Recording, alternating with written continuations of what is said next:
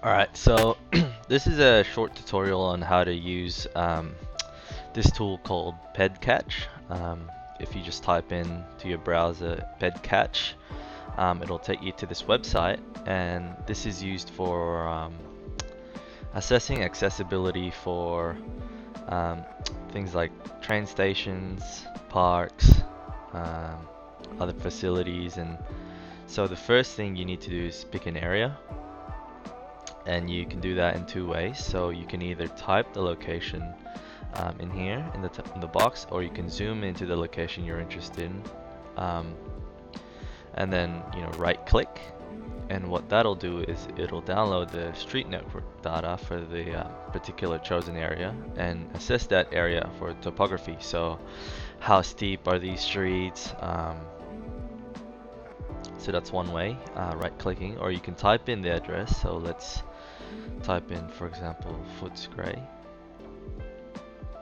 and it'll download and calculate the gradient, so you can see where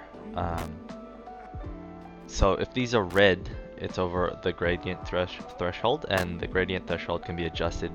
So if you were okay with it being a little less steep, 1 in 20. If you really wanted it to be, you could type in 1 in 40. So just keep that default. And so what you can do is assess access to a particular node. So you can do that by dragging this yellow dot, this yellow cursor, to wherever you're interested in as a starting point. So if I was interested in getting into a specific area of starting, you could drop that wherever you want. Or for example, if you want to start in a park, maybe that's where you wanted to start, and it might be from maybe the train station. We can then choose the walking speed. You can set that so it could be walking very quickly, or maybe as maybe bike paths. If you're thinking, you can kind of explore different speeds. You can do slow strolls. So if you just start with the default of walking speed of 1.33 meters per second, you can assess different times. So it could be, if you're judging a 20-minute neighborhood, you could use times 5, times 10, 15 minutes. You can set that, and we'll just set it at 10 minutes and click on start. And so what that will do is it'll run a scenario. It'll send out these little cursors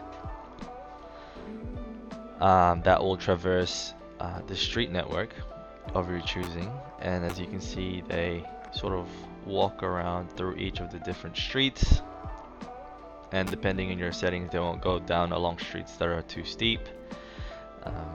You can see you get this sort of catchment area diagram, and we can click on different points. So at that point there, it'll take that many minutes to get to that point. Maybe at this point it's that many minutes, and that gives you a kind of like an analysis, so that you can see the area total of that catchment shape, which you can then compare with other studies that you might do. This sort of pedestrian catchments, you can also adjust the background depending on the map. You can change it to a map version. So this is just Google Maps. If you let's see, you can also do other countries. Again, this is sort of maybe some of China's maps are more irregular. So as you can see, the roads aren't quite aligned. They're more sort of organic. So in that case, you can use OpenStreetMap, and you can see we also have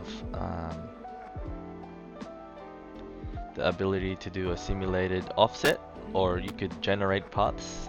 So obviously it will be the humanoid, the cursors will be traveling along the middle of the road. You can click on generate paths, and then right click again to regather that road network data, and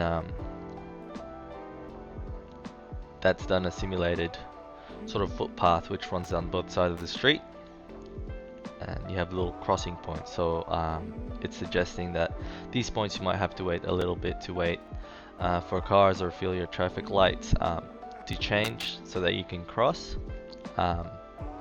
So let's start at the stadium and start the simulation, and this will calculate, and these little cursors will then go and traverse these streets, and at the end of it will send you a similar analysis as the other location.